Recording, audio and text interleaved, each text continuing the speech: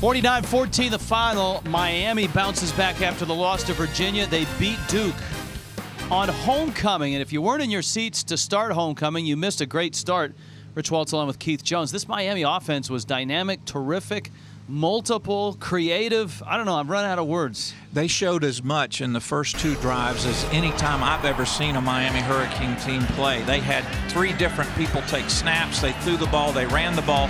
Most importantly, they scored. Chase Ford went up to get that touchdown pass. Jacory Harris would throw 3 touchdown passes. Mike James stuck it in the end zone. And Miami had raced to a 14-0 lead after one. Into the second. And the Hurricanes weren't done yet. Tommy Streeter, or rather, on that one, that was Philip Dorsett. Duke finally got on the board.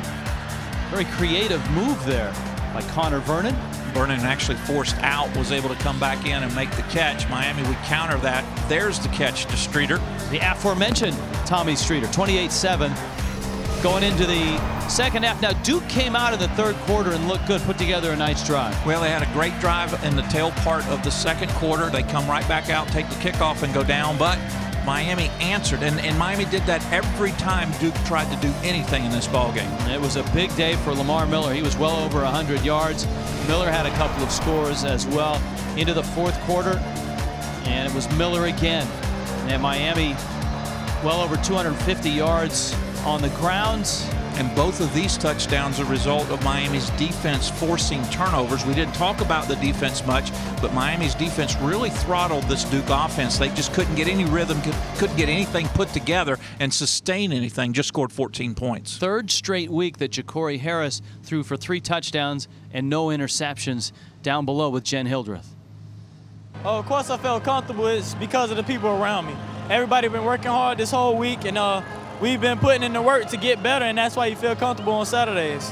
What did we see out there that was something you specifically had worked on and that you saw work well? Just basically going through my reads, going from 1, 2 to 3, and if it's not there, just take off and run. And my offensive line gave me a chance to do that. Boy, this sure sets up the Florida State game because both the Seminoles and the Hurricanes coming off big wins. Florida State playing about as well as anybody in the league right now, and Miami getting to that plateau. We may be back to the age-old rivalry games that we remember so fondly.